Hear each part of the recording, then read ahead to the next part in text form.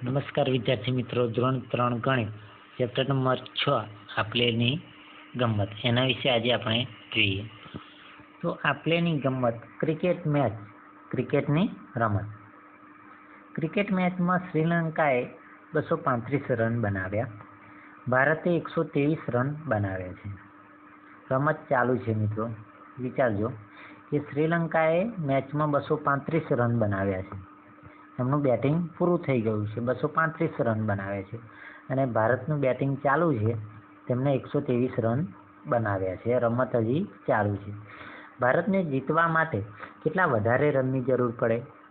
તો જીતવા માટે ભારતે 236 રન બનાવવા પડે. બરાબર? કેટલા બનાવવા પડે? 236. કારણ કે શ્રીલંકાએ 235 બનાવ્યા છે. જો 235 બનાવીએ તો સરખા રન થઈ જાય, ટાઈ પડે. બરાબર? એટલા માટે ભારતને જીતવા માટે 1 રન વધારે બનાવવો પડે, એટલે 236 રન બનાવવા જ પડે. તો ભારતને જીતવા માટે 236 રન બનાવવાના છે અને 123 રન કર્યા છે, એટલે 123 ઓછા થશે. 236 - 123. બરાબર? હવે જે દાખલો ગણતા જવાબ આવે એટલા રનની જરૂર પડે. તો અનુમાન કરો કે જીતવા માટે ભારતને કેટલા રનની જરૂર છે? 100થી વધારે કે 100થી ઓછા? અનુમાન એટલે ધારવાનું.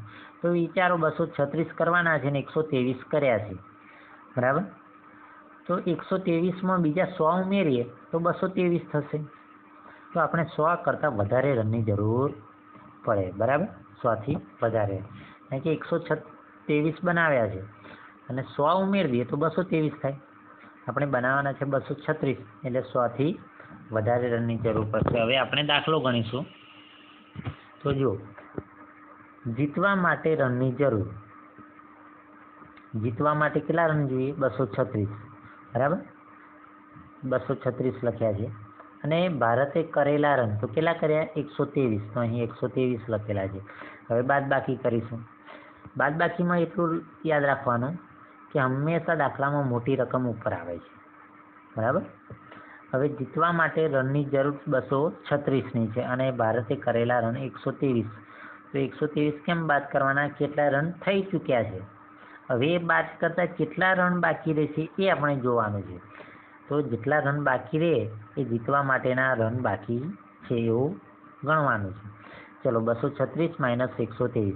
તો જુઓ, આ પ્રથમ એકમમાં 6 છે, તો 6માંથી 3 જાય તો કેટલા રહે? તો અહીં જો 3 લીટા માર્યા છે, 1, 2 અને 3. તો બાકીના કેટલા રહ્યા? તો 1, 2 અને 3 રહ્યા છે. તો અહીં 3 લખ્યા છે. દશકમાં 3 છે, 3માંથી 2 જાય તો આ દશકમાં જો 3માંથી 2 દશક બાદ કરી છે, તો 1 દશક બાકી છે. બરાબર? 1 દશક એટલે 1 લખવાનું છે દશકના ખાનામાં. બરાબર? 10 નથી લખવાનું, એ યાદ રાખજો. અને 100ના ખાનામાં 2 છે, તો 2માંથી 1 બાદ કરવાનું. તો 2માંથી 1 બાદ કરીશું તો 1 રહેશે. બરાબર? તો જો આપણી પાસે રહ્યા છે 100ના સ્થાનમાં 1, દશકના સ્થાનમાં 1 અને એકમના સ્થાનમાં 1, એટલે 113 સંખ્યા. બરાબર?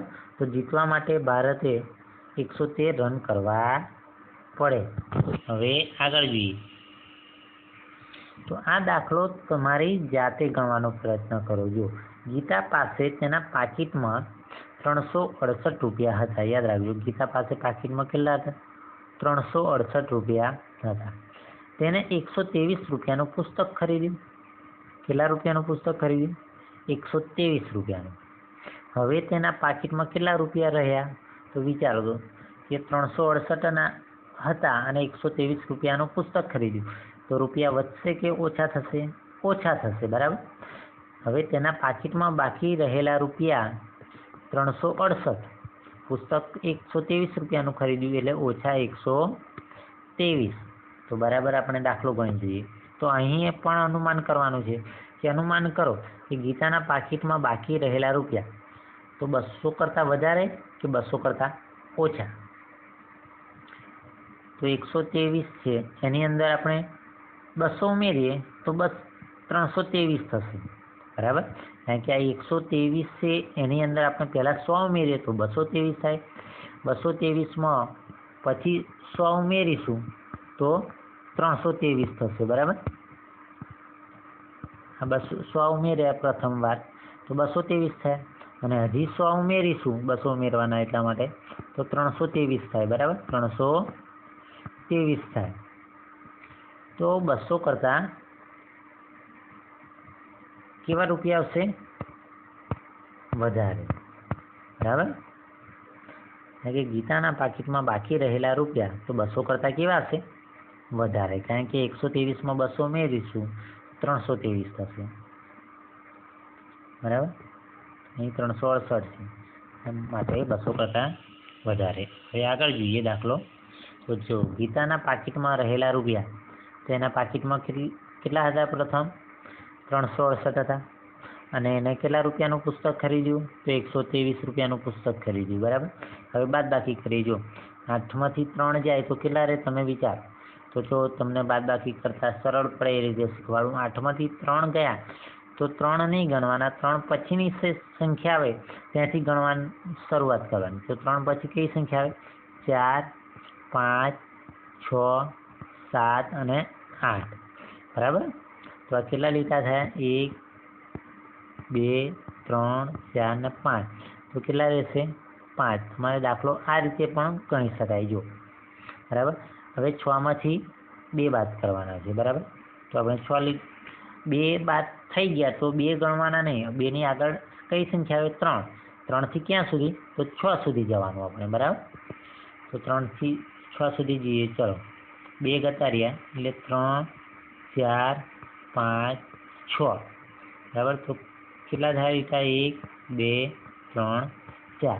તો અહીં કેટલા લખવાના? 4 લખવાના, બરાબર. હવે આ 3 છે, 3માંથી 1 જાય, બરાબર. તો 3 હતો, 1 ગતા રહ્યા તો 2 અને 3 એટલે 2 સંખ્યાઓ. અહીં આવશે 2 એટલે કેટલા આવશે? 245 રૂપિયા, બરાબર. તો એની અંદર પણ તમારે માટેનું વાક્ય લખવાનું છે. હવે આપણે આગળ જઈએ.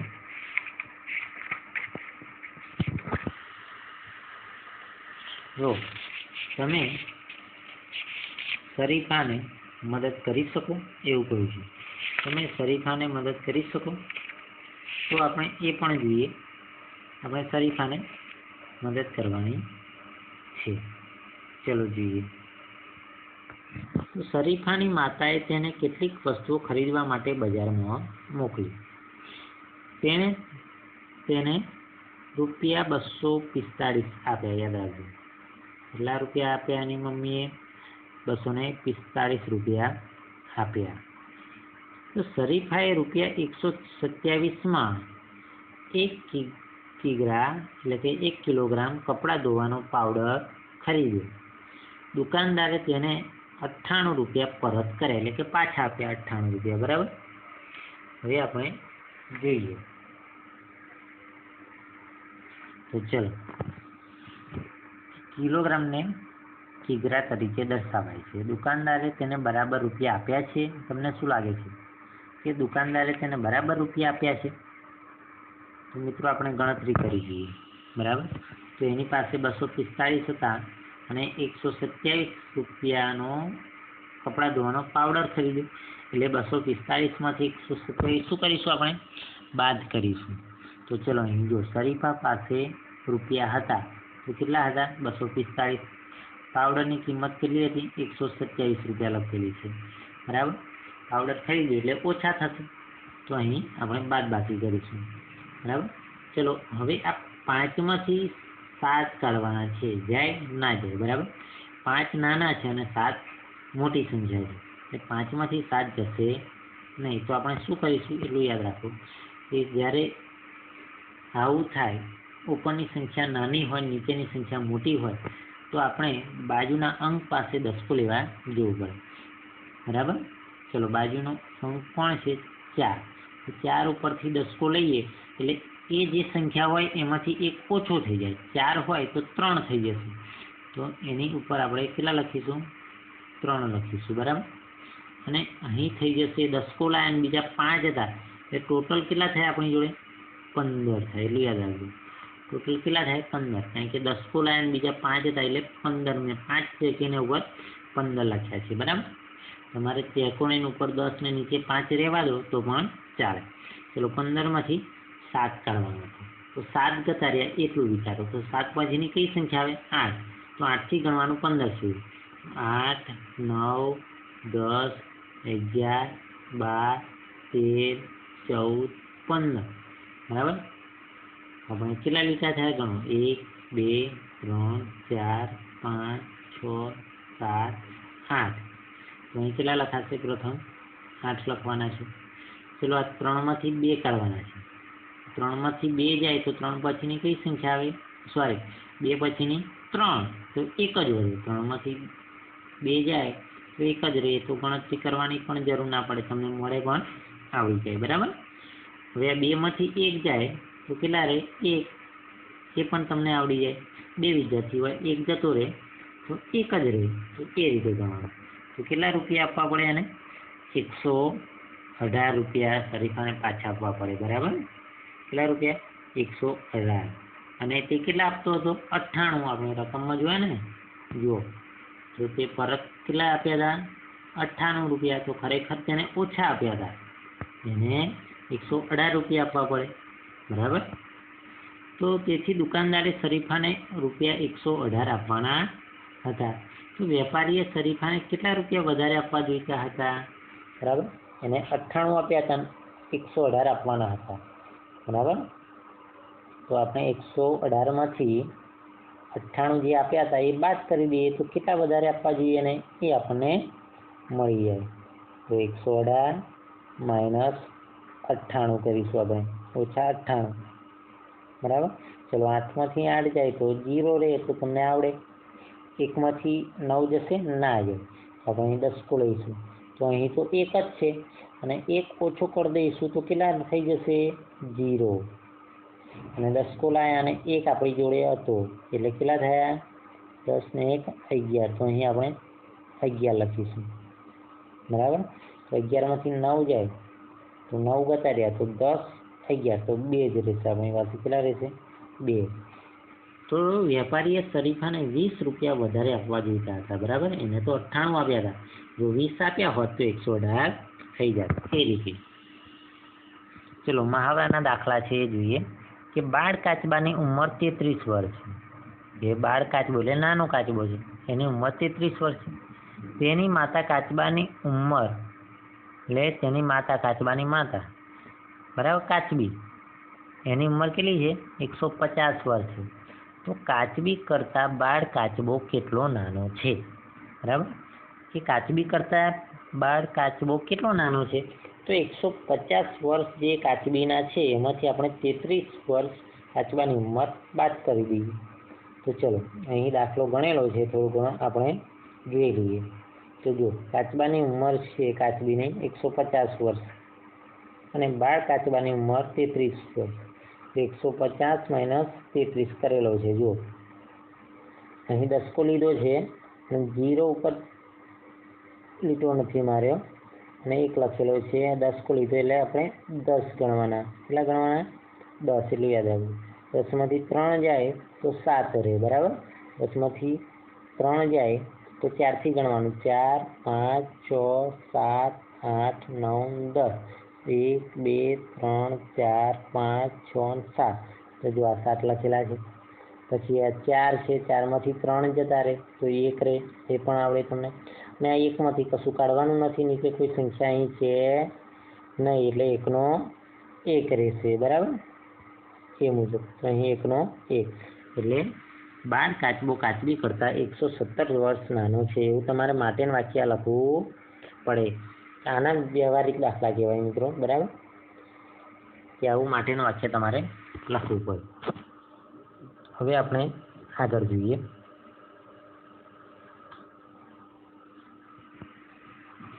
તો અરવિંદે વાર્તાના પુસ્તકના 69 પાના વાંચ્યા છે. ગૌરીએ તે જ પુસ્તકના 95 પાના વાંચ્યા છે. તો કોણે વધારે પાના વાંચ્યા છે અને કેટલા વધારે? સંખ્યા પરથી તમને દેખાઈ જાય, બરાબર. 69 છે અને આ 95. કઈ સંખ્યા મોટી છે? 95. તો કોણે વધારે વાંચ્યા? ગૌરીએ વધારે વાંચ્યા, બરાબર. તો તમને મળી જાય. પણ કેટલા વધારે વાંચ્યા એ શોધવા માટે દાખલો ગણવું પડે. તો ગૌરીએ વધારે વાંચ્યા છે, તો આપણે ગૌરીના પેજ લખ્યા છે જુઓ 95, બરાબર. અને અરવિંદે કેટલા વાંચ્યા છે? 69. તો 69 નીચે લખ્યા છે, બાદ કરીશું આપણે, બરાબર, કે એને 69 વાંચ્યા છે અને ગૌરીએ 95 વાંચ્યા છે, તો આપણે બાદ કરીએ. તો ચલો બાદ બાકીનો દાખલો. 5માંથી 9 કાઢવાના છે. 5માંથી 9 જાય? ના જાય. તો આપણે દસકો બાજુવાળા પરથી લઈએ. તો આ 9 પરથી દસકો લઈએ તો 9 ઉપર 1 ઓછો કરી દેવાનો, એટલે 9ની જગ્યાએ કેટલા રહેશે? જે હોય એનાથી 1 ઓછો કરવાનું, એટલું યાદ રાખજો, 8 રહેશે. અને દસકો લાયા ને આપણી જોડે આ 5 હતા, એટલે 10 ને 5 15 થાય. કેટલા થયા? 15. તો અહીં 15 લખવા. 15માંથી 9 જાય તો કેટલા રહેશે? 6 રહેશે, એટલું યાદ રાખજો, બરાબર. અને 8માંથી 6 જશે તો કેટલા રહેશે? 2 રહેશે. 7, 8, બરાબર, 2 રહેશે.